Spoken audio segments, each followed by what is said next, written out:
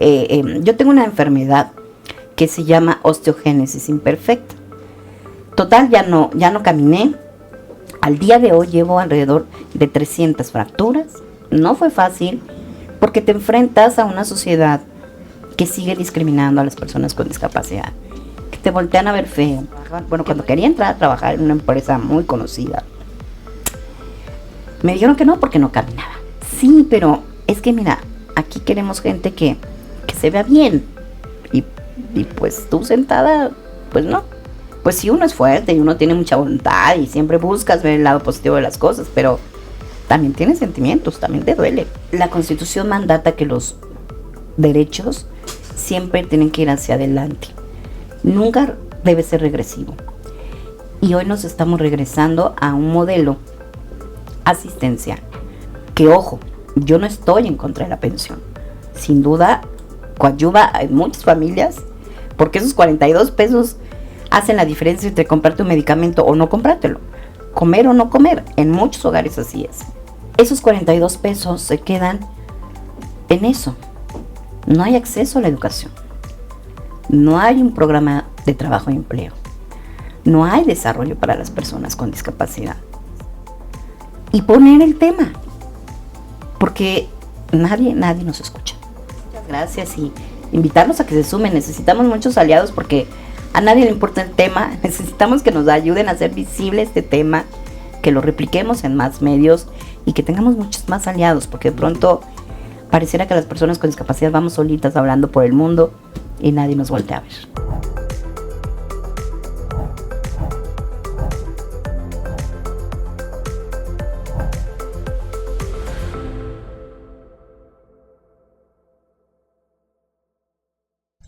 Detrás de mí está la Cámara de Diputados. Por sus pasillos hace no mucho tiempo se movía en su silla de ruedas Norma Cebes García, quien fuera diputada federal, pero sobre todo una luchadora inalcanzable por los derechos humanos de las personas con discapacidad. En 2025 nos enteramos de su lamentable fallecimiento y es por eso que en Ruta a la Inclusión hemos decidido rendirle un homenaje y compartir esta entrevista que nos concedió en 2021 en el marco de otro trabajo periodístico, pero en el que relata cómo vivió ella la discriminación, sus anécdotas, sus triunfos, pero también sus preocupaciones. Una mujer muy comprometida que cree en esta causa, porque en todos estos espacios siempre he puesto el tema de los derechos y la inclusión de las personas con discapacidad.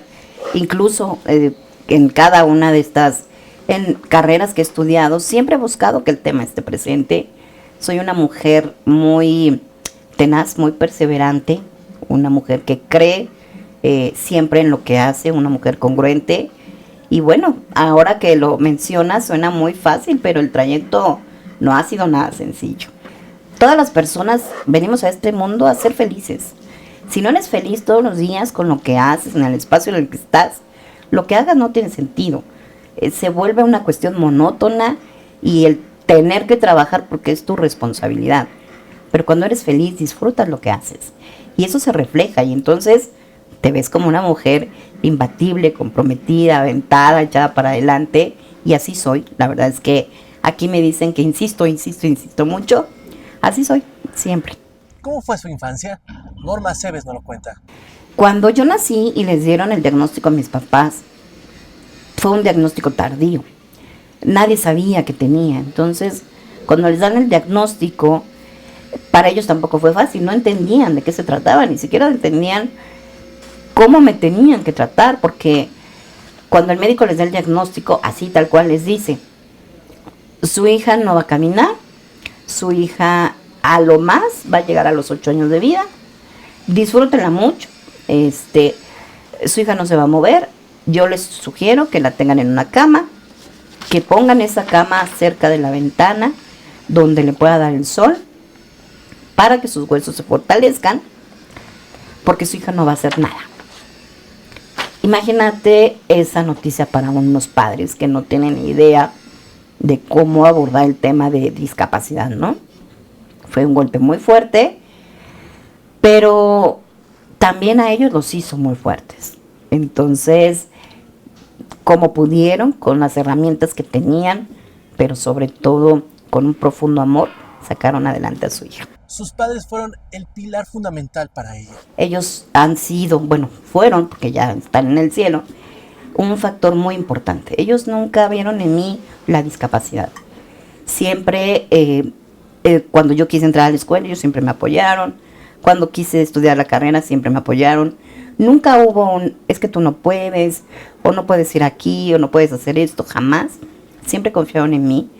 Y sobre todo mi mamá, la verdad es que es una mujer que siempre estaba echada para adelante, aun con todas las complicaciones que implica tener una hija con discapacidad. Ella siempre buscó el cómo resolver, nunca se dio por vencida, y eso ha sido para mí el ejemplo más importante de vida. Yo soy del municipio de Titalaquia, Hidalgo. Tengo 2 hermanos. Mis papás tuvieron una tienda de abarrotes, aproximadamente 30 años de esa tienda. Y viví en una casa muy bonita de 2 plantas, siempre en la planta baja, pues estaba mi recámara, en un entorno familiar muy tranquilo, de mucho apoyo, de mucho respaldo, de mucha confianza en mí, con peleas con mis hermanos como siempre, porque además ellos nunca vieron en mí la discapacidad o que yo fuera diferente. Ellos me veían igualita que ellos, y fui una niña muy feliz a pesar de... yo tengo una enfermedad que se llama osteogénesis imperfecta. ¿Qué significa la osteogénesis? Que me hace falta colágeno en los huesos. Y esto hace que mis huesos se fracturen con frecuencia. Y con el paso de los años, yo fui acumulando fracturas. Llegó un momento en que el ortopedista le dijo a mis papás, ya no pueden poner de en pie a su niña porque se va a seguir fracturando. Y eso, en lugar de ayudar, pues va a demeritar en su cuestión de salud. Total, ya no caminé. Al día de hoy llevo alrededor de 300 fracturas. Sé que tengo que cuidarme mucho. Vas aprendiendo con la edad que hay cosas que no puedes arriesgarte, que hay cosas que no puedes hacer. Y bueno, siempre fui muy, muy cuidada por mis papás. Me llevaban a la escuela, iban por mí, también por mis compañeros de las clases. Entonces, sí fui una niña feliz, pero sí quiero poner aquí en la mesa que no fue fácil. No fue fácil porque te enfrentas a una sociedad que sigue discriminando a las personas con discapacidad, que te voltean a ver feo, que no están dispuestos a poner una rampa en una escuela, por ejemplo, que los maestros, yo me acuerdo que si yo me fracturaba, no tenían la consideración de que no podía asistir a la escuela porque estaba enyesada, ¿no? Y no me podía mover. Y no tienen esa conciencia, esa sensibilidad, ¿no? No la tenían en ese tiempo y no la tienen en este momento. Entonces, no fue sencillo, sin embargo, fui una niña que nunca se quedó callada. Y les quiero compartir una anécdota que marcó mucho mi vida. Como pueden darse cuenta, soy una mujer que habla mucho. A lo mejor por eso estoy aquí. Pero cuando yo iba en primero de primaria, tuve una maestra que me ponía masking en la boca. Imagínense nada más. Porque yo hablaba mucho. Como yo me fracturaba mucho, pasaba mucho tiempo acostada. Y entonces veía programas en el Canal 11 que aquel entonces te enseñaban cosas. Entonces yo aprendí a leer muy rápido. Cuando yo entré a primero de primaria, yo ya sabía leer, yo ya me sabía los números. Mientras que mis compañeros iban aprendiendo. Pues yo me aburría en el salón, ¿no? Porque yo eso ya lo sabía. Pues me ponía a platicar. Y la maestra, para castigarme, me ponía masking en la boca. Y yo nunca se lo decía a mi mamá porque me parecía que era un castigo, pues normal, ¿no? Hasta que un día que llegó mi mamá por mí, pues se dio cuenta que traía las marcas del masking, ¿no? Y pues bueno, ahí ya habló con la directora y en fin. La maestra pues lo agarró como en represalia, ya después no me dejaba salir al recreo, me dejaba sola en el salón, me dejaba con llave en el salón, por ejemplo. Y como esas muchas anécdotas que me hicieron justo ser más fuerte. Ver que el mundo no iba a estar fácil para mí y que tenía yo que estar más echada para adelante porque no la iba a tener nada sencillo. Norma Aceves relata que en su cuerpo tuvo que sufrir el dolor de más de 300 fracturas pero eso no le impidió para buscar salir adelante, sacar dieces en la escuela, vender revistas, buscar cómo ayudar a sus padres. Siempre estaba pensando qué hacer y en qué trabajar. Yo siempre decía, quiero trabajar en algo, ¿no? Entonces siempre pensando qué negocio poner y con eso poder ayudar también para pagar mis estudios, ¿no? O mis medicamentos, o la silla de ruedas, o lo que hiciera falta. Me entra mucha añoranza de todos esos negocios que tuve en la cochera de la casa de mis papás. Vendí revistas, por ejemplo, ¿no? Tuve ahí un puesto de revistas y ponía, recuerdo, música, sacaba una bocina, hacía que la gente viniera a comprar, ¿no? Y eso me trae muy buenos recuerdos de una adolescencia, de una juventud llena de felicidad, llena de amistades. Y por eso me gusta mucho volver.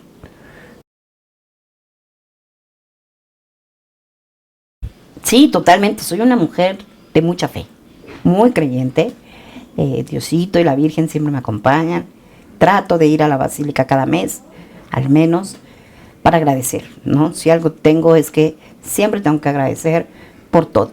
Primero por estar viva, después por tener salud, después por tener trabajo. Y muy creyentes más, incluso en mi plática de pronto digo, mis papás son porque ellos siguen conmigo. Y hoy por hoy lo siento incluso hasta más cerca. Entonces, Dios, la fe, para mí son muy importantes. Sí, creo que estoy aquí por eso, por Dios. Dios ha sido más un refugio. Sí, por supuesto. Y siempre, desde niña he creído que Dios me ha dado esta fortaleza, incluso me ha acompañado en momentos muy difíciles de salud y creo fielmente que estoy aquí gracias a su bendición y además soy muy creyente de la Virgen de Guadalupe, entonces siempre que tengo como alguna urgencia, algo que me preocupa, ya la he de tener a la pobre ahí ya aturdida, pero todos los días la traigo cerca de mí. Norma Cebes relata cómo fue aquellos primeros acercamientos con otras personas. Bueno, anécdotas tengo muchísimas. Recuerdo una en la primaria, por ejemplo. Yo siempre fui una niña de muy buenas calificaciones. Como no podía salir a correr, pues mi refugio era la escuela. Entonces estudiaba mucho, ¿no? Y recuerdo que cuando iba en la primaria, una maestra también le dijo a mis papás, ya se acercaba el fin del ciclo escolar, y yo cada fin de año obtenía mi diploma, ¿no? De buen promedio. Y recuerdo que esa maestra le dijo a mis papás, este año no se lo vamos a dar. Sí es la de mejor promedio, pero hay otros papás que dicen que porque siempre lo recibe ella. Si es la que no camina, ¿cómo es que tiene buenas calificaciones, no? Entonces se lo vamos a dar a alguien más. Y mi mamá le dijo, sí, no se preocupen. Mi hija sabe que un diploma no la hace ni más ni menos. Entonces usted le puede dar el diploma a quien sea. Yo sé que ella es la que tiene el mejor promedio, ¿no? Eso fue un claro ejemplo de que no solamente los maestros, sino también los papás, ¿no? Te van haciendo menos. Después cuando entré a trabajar, cuando quería entrar a trabajar en una empresa muy conocida, me dijeron que no porque no caminaba, ¿no? Así tal cual. Pues es que no caminas. Evidentemente yo el espacio que estaba buscando era un espacio de oficina. Y había la vacante, o sea, estaba todo porque yo ya había terminado mi carrera. Sí, pero es que mira, aquí queremos gente que se vea bien. Y pues tú sentada, pues no. Y como esos, muchísimos, ¿no? Entonces, sí ha sido fuerte, porque al final del día, pues sí uno es fuerte y uno tiene mucha voluntad y siempre buscas ver el lado positivo de las cosas, pero también tienes sentimientos, también te duele. También. La gran mayoría de las mujeres con discapacidad no recibimos un servicio de salud integral. Porque si yo asisto con el ginecólogo, por ejemplo, te quiere mandar inmediatamente con tu médico de rehabilitación o con tu ortopedista, porque creen que tu problema es no caminar. Porque además de entrada lo ven como un problema, ¿no? Y no asumen que eres una mujer y que también necesitas una valoración de un ginecólogo. Entonces, no te puedes hacer una mastografía porque no te puedes poner de pie. No te puedes hacer un papá Nicolau si tienes una movilidad reducida. Y entonces eso va a originar cáncer en muchas mujeres con discapacidad. Entonces, esos han sido los temas que a mí me han preocupado mucho y que los he puesto en la tribuna, porque no puede ser que un tema tan importante y que un derecho tan importante como la salud, las mujeres no podamos acceder a él. Como diputada federal, destaca cuál es el papel que juega el Congreso Federal al momento de defender los derechos de las personas con discapacidad. Un papel muy importante, prioritario, porque además, a ver, si no existiendo las leyes, las personas con discapacidad en este caso, difícilmente accedemos a un derecho. Esperamos que a través de que ya esté escrito, pues tengamos mayor posibilidad de menos de defendernos. Lo que no está escrito, lo que no se nombra, no existe. Y necesitamos que desde el Congreso se pongan los temas, porque si no, seguimos estando en el limbo. Sí jugamos un papel muy, muy importante. Incluso el Comité sobre los Derechos de las Personas con Discapacidad de la ONU ha hecho énfasis en que hace falta la armonización legislativa en torno a la convención y hacerlo de manera transversal, es decir, no solamente la Ley General de Inclusión. Tenemos que estar en la Ley de Educación, pero también tenemos que estar en la Ley de Juventud, pero en todos los temas, no solamente en un cachito, porque eso nos excluye. Siempre digo que los temas de discapacidad entran con calzador, ¿no? Tenemos nosotros que estar y estar. El llamado es, a ver, si vas a legislar con perspectiva de género, también con perspectiva de inclusión. Es un tema que ya no puedes dejar fuera. Máxime porque también tenemos un mandato de la Suprema Corte que dice todos los temas que tienen que ver con las personas con discapacidad deben ser consultados a las personas con discapacidad. Cosa que no se hace ese ejercicio. Aquí salen los dictámenes, pero ¿a quién se le consulta? Entonces, la exigencia es, si tú no consultas a las personas con discapacidad, entonces tu propuesta va a ser inconstitucional. Tendríamos que pugnar para que las personas con discapacidad se presenten en todos los espacios, que estén en la presidencia municipal, pero que sean regidores, pero que sean síndicos, pero que todos los temas que tienen que ver con personas con discapacidad deben estar involucradas las personas con discapacidad. Y estas acciones afirmativas nos dan esa posibilidad. ¿Qué sucede? Que son temporales. Son eso, una medida afirmativa, temporal. Y lo que queremos justamente es que quede de manera permanente, porque si no, al rato, pues desaparece. Y ya las personas con discapacidad no volvemos a tener espacios de representación. Entonces, nosotros podemos presentar muchas reformas, pero si no les parecen importantes, porque está más importante e interesante la reforma eléctrica, la Guardia Nacional, la reforma electoral, pues esos que se esperen, ¿no? Entonces me parece que tendríamos que estar ahí para pelear los temas. Desde que se firma la convención, que además fue promovida por México, por Gilberto Rincón Gallardo, desde México siempre buscamos poner el tema en la agenda y somos un país referente, o éramos un país referente. Y buscamos siempre que hubiera mayor participación, que estuviera la ley, ¿no? Aquí fue donde se creó, se originó, se redactó la Ley General para la Inclusión de las Personas con Discapacidad. Y impulsada además por la senadora Claudia Anaya y por Yolanda de la Torre. Pero de ahí, obviamente, surge la creación del CONADIS, que fue el órgano rector de la política pública en materia de inclusión. Y en el sexenio del presidente Enrique Peña Nieto, hubo avances importantes en el tema. La Constitución mandata que los derechos siempre tienen que ir hacia adelante. Nunca debe ser regresivo. Y hoy nos estamos regresando a un modelo asistencial, donde te doy tu beca, tu pensión, que equivale a 42 pesos diarios, que ojo, yo no estoy en contra de la pensión. Sin duda, coadyuva en muchas familias, porque esos 42 pesos hacen la diferencia entre comprarte un medicamento o no comprártelo. comer o no comer. En muchos hogares así es. Pero esos 42 pesos se quedan en eso. No hay acceso a la educación. No hay un programa de trabajo y empleo. No hay desarrollo para las personas con discapacidad. Y eso preocupa, porque la convención se ha convertido en un documento que a nadie le importa. Y porque además nosotros como país, como Estado mexicano, tenemos que entregar cuentas al Comité por los Derechos de las Personas con Discapacidad de la ONU. Y tenemos que decir qué estamos haciendo como país. Y a finales del año pasado,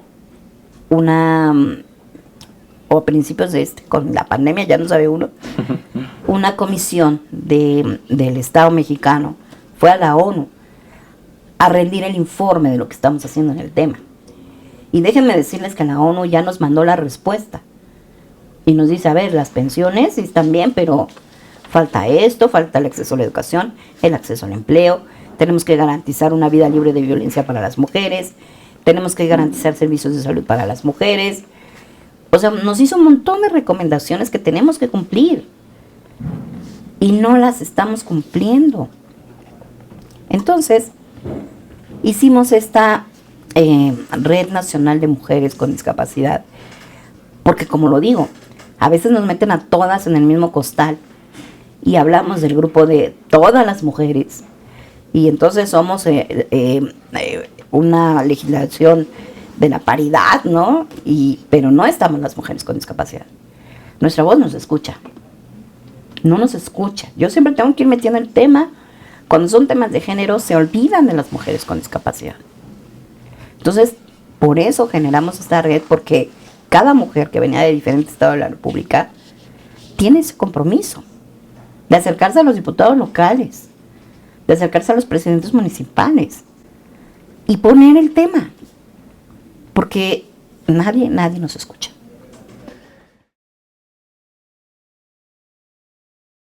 Siempre hay esperanza. Sonará trillado, pero mientras haya vida hay esperanza.